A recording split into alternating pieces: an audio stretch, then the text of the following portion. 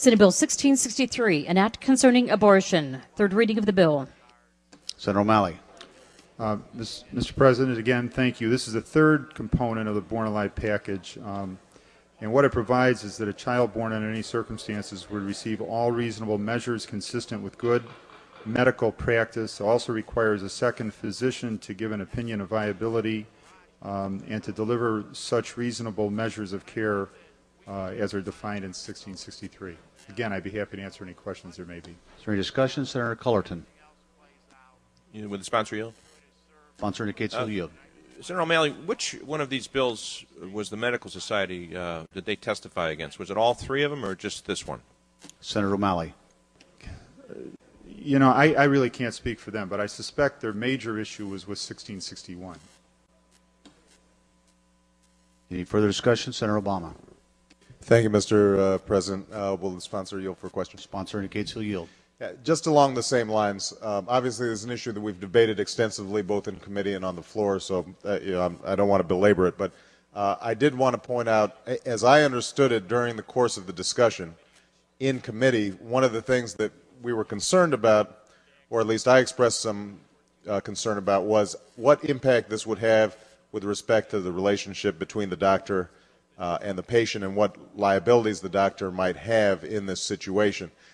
So can you just describe for me, under this legislation, what's going to be required for a doctor to meet the requirements that you've set forth?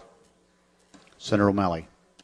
Senator Obama, first of all, there is established under this legislation that a child born under such circumstances would receive all reasonable measures consistent with good medical practice, and that's as defined, of course, by the, the practice of medicine in the community where this would occur.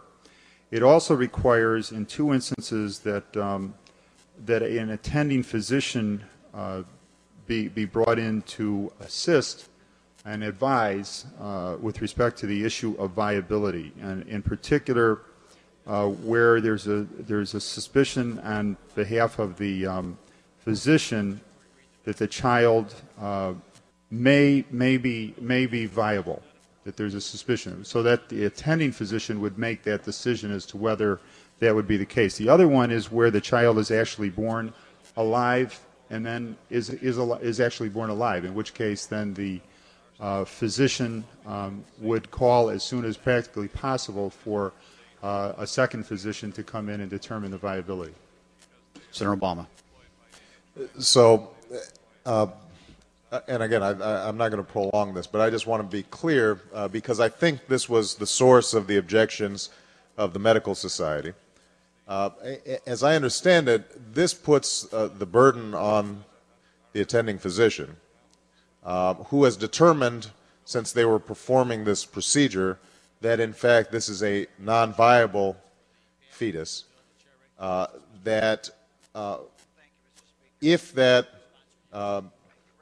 fetus or child, however way you want to describe it, is now outside the mother's womb, and the doctor continues to think that it's non-viable, but there's, let's say, movement or some indication that in fact they're not just coming out limp and dead, that in fact they would then have to call a second physician to monitor and check off and make sure that this is not a live child that could be saved. Is that correct? Senator O'Malley. In the first instance, obviously the physician that is performing the procedure would make the determination. The second situation is where the child actually is born and is alive, and then there's an assessment, an independent assessment of viability by another physician at the soonest practical date or time. Senator Obama. Let me just go to the bill very quickly. Essentially, I think, as this emerged during debate and during committee,